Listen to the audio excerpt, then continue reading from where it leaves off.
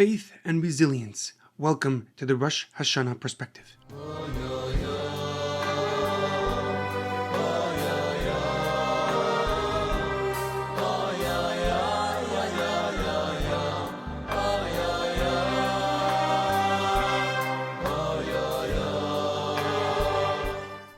The Rosh Hashanah Perspective is in honor of our homeland, Eretz Yisroel. May Kadosh Baruch Hu, may God protect our brave soldiers, and may God return all the hostages from Gaza immediately. The Rosh Hashanah Perspective is in loving memory of Reuven Ben Yaakov, Leah Mintche Bas Yosef, Edward Ben Efraim, Shlomo Ben Edward, and Yirachmiel Daniel Ben Gedalia. May their souls be uplifted and may their memories be a blessing. We are about to celebrate Rosh Hashanah, marking the beginning of a new year and the anniversary of the creation of mankind, Adam and Chava.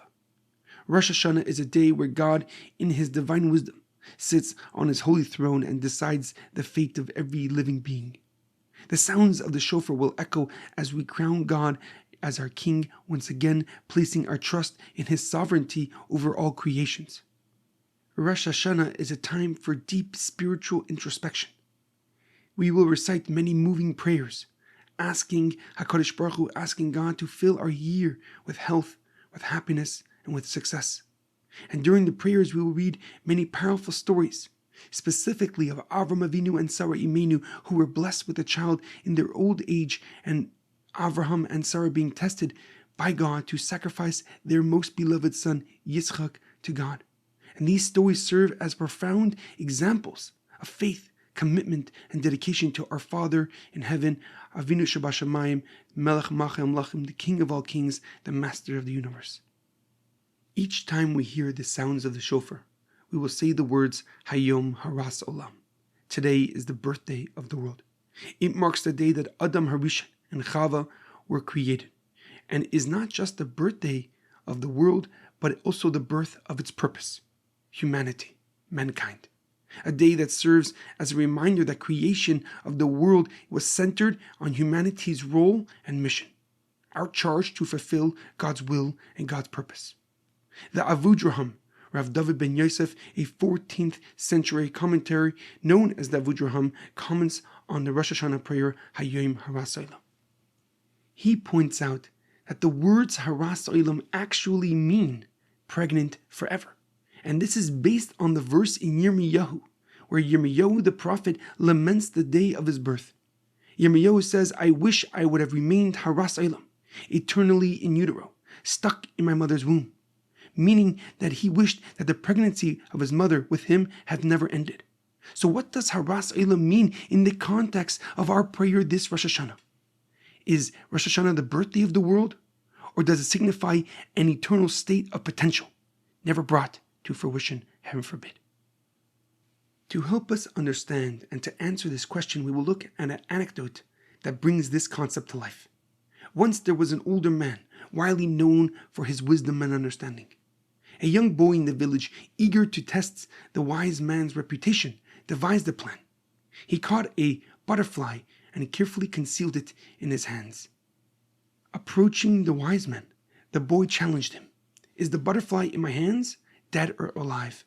Confident in his trap, the boy believed that he would outsmart the wise man, and if the wise man said that it was alive, he would crush it, and if the wise man would say that it was dead, he would release it. In either way, the boy would make a fool of the wise man. The young boy approached the wise man and challenged him.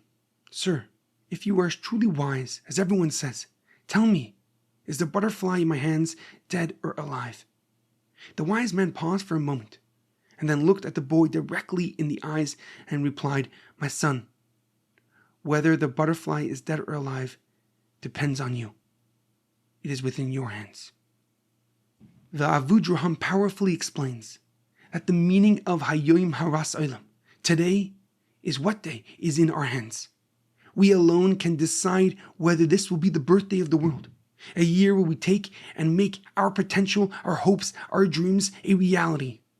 Or heaven forbid the opposite. This year will be a year where our potential remains in utero, and our lives remain stagnant, passive, and stationary.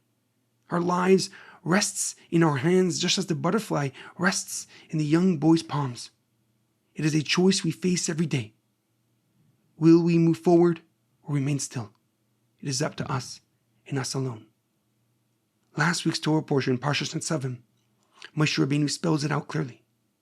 Hachaim v'hamaves nasati lefanecha, habracha v'haklala, ubacharta b'chaim lemantichiu ata v'zarecha. Today I place before you life and death, the blessings and the curses. You shall choose life, so that you and your children will live. Moshe Rabbeinu in his final address is telling the Jewish nation and begging them to choose God and embrace life, for they are one and the same. The path to life and the path to God is a decision that resonates for generations. A choice that is not just for today, not for tomorrow, but the future generations. Ubacharta b'chaim, you shall choose life. Lemantichiu ata v'zarecha, so that you and your children may live. With the tragedies of the past year, including the largest slaughter of Jews in a single day since the Holocaust, the pain, the suffering of our brothers and sisters in Israel and beyond is immeasurable.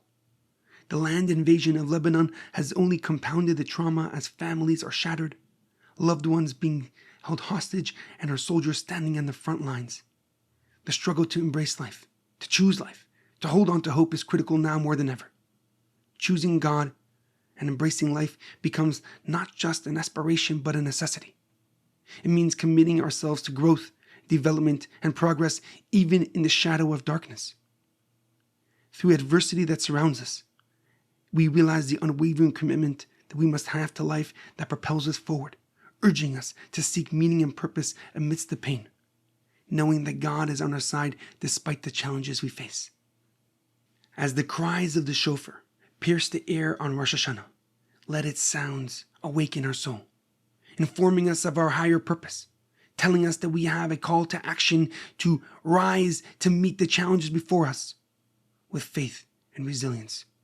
May we merit to end this year with the pain and suffering of the past, with our hostages returning home, and God comforting those who have lost loved ones with His eternal love. May we find the strength and resilience to conquer every challenge in our way, bringing us closer to the ultimate redemption and the reality of Mashiach Tzidkenu.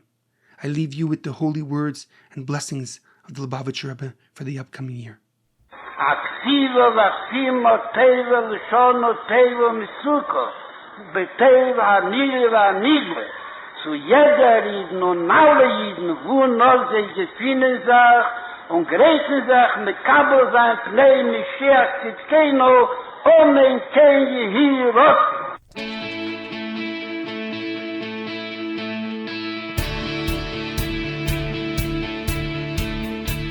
Thank you for tuning in to the Parsha Perspective. Check out our website, theparshaperspective.com. Send thoughts and comments to theparshaperspective@gmail.com. Till next time, thanks for listening.